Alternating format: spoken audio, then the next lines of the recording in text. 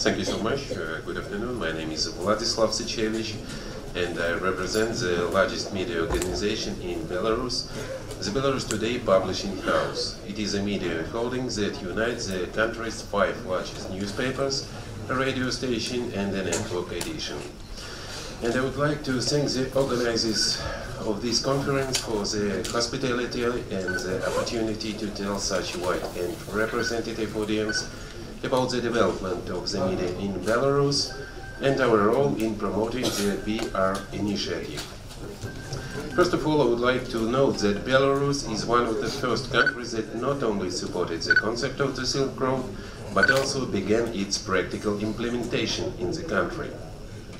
The advantages of such cooperation are clearly demonstrated by the Great Stone Industrial Park, which has become a hub in the economic belt of the Silk Road. More than 40 residents from different countries have already registered in it, and it is not just a logistics hub, as some experts imagine. It is becoming an international high-tech cluster, a center for attracting investments in various fields. The main advantage of Belarus is its favorable geographical location. Furthermore, our country is the last stop on the Silk Road before the European Union, which gives Belarus a strategic role in the implementation of China's plans. Of course, the economy is the hub of the mega project, but the initiative should be considered more globally, because without cultural and humanitarian ties, any union is doomed to failure. Therefore, we believe that the media of the partner countries should also consolidate their efforts. Humanitarian cooperation is an important tool for strengthening mutual understanding between countries, and the principle of interaction between the mass media should be considered as support of the Belt and Road Initiative. Let me remind you that in October 2016, the first Silk Road Media Cooperation Forum was held in Nanjing, where the so-called Nanjing Consensus was adopted. It was at this meeting that the Silk Road Media Union was established in order to promote a variety of dialogues, exchanges of information products, and advanced technologies between the media of the countries located along the Belt and Road Initiative. At the same time, we believe it is necessary to more actively create a single information space within the framework of this project. The opportunities for interaction should be maximized, including by the use of the multilingual cloud platform for the preparation of news publications and exchange of news translations. Belarus is moving forward in this direction. In particular, last year, the Belarus Today Publishing House signed a partnership agreement with the Xinhua News Agency, the official news agency of Chinese government.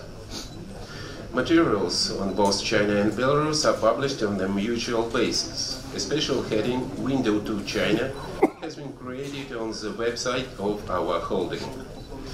You can also read about Belarus on the pages of the official printed edition of the Central Committee of the Chinese Communist Party Jinminjibao daily newspaper. In addition, this April, the Belarus Today Publishing House became a co-founder of the Belt and Road News Network. This is an important step in promoting Belarus in the project's information space. And now let me briefly tell you about Belarus media market. There are 1,616 printed media, 273 electronic media, and 9 information agencies. Printed media in Belarus are mainly published in Belarusian and Russian. Also, there are editions in English, Polish, Ukrainian, and German, including the Minsk Times, a newspaper part of Belarus Today Media Holding, which is published in English. It is a socio-political weekly edition which tells an English-speaking audience about the life of our country. I should say that in recent years, the segment of printed media of the Republic of Belarus has seen fundamental structural changes taking place. The establishment of the administration of the President of the Republic of Belarus, the Belarus Today Publishing House, is a large media holding, which includes the SB Belarus Сегодня, Народная газета, Respublika, Сельская газета, Знамя юности, and the Minsk Times newspaper. The publishing house also includes the radio station Alpha Radio and the web TV and the SBWY portal. Here are some interesting statistics. The daily number of visitors to the SBWY portal is up to 200,000. The circulation of the printed edition is more than 400,000 copies in a country of just over 10 million people. There is no doubt that Belarus is known not only from the printed media. There are 9 news agencies in the country, 7 of them are private. There are also representative offices of Russian news agencies TASS, Prime and world-leading agencies like Reuters, Associated Press and Xinhua. There are also 174 radio programs and 102 television programs broadcast in Belarus. The broadcasts of the radio station Belarus are designed for foreign audience interested in events in our country. It broadcasts in Belarusian, Russian, English, German, Polish, French, Spanish and Chinese. The first and the only international satellite TV channel of Belarus, Belarus 24, works 24 hours a day for 27 million viewers over 100 countries.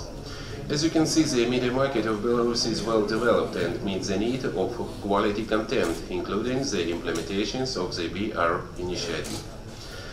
There is a tendency in the world for some founded media to slander investment partners in competition.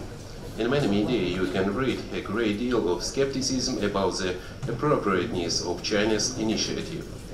But the implementations of the project in practice is the best counter-argument, and that is why the strengthening of cooperation between the media, the implementation of cultural exchanges, and the creation of a friendly and harmonious information space are the most important conditions for the Belt and Road Initiative implementation. And in conclusion, I would like to tell one ancient parable. One old man had 3 sons who couldn't get along. The old man wanted his sons to live in peace after his death, so he decided to teach them a lesson. One day the father called them and asked them to break a broom in half. First, the eldest son tried, but no matter how hard he tried, nothing worked. The same failures befell the middle and junior sons. Then the father untied the broom and asked each son to break a few straws. They easily coped, of course. Then the father said, "The same happens in life. If you are together, no one will be able to break you, and separately as you are easy to beat as breaking a cup of straws." Thank you for your attention.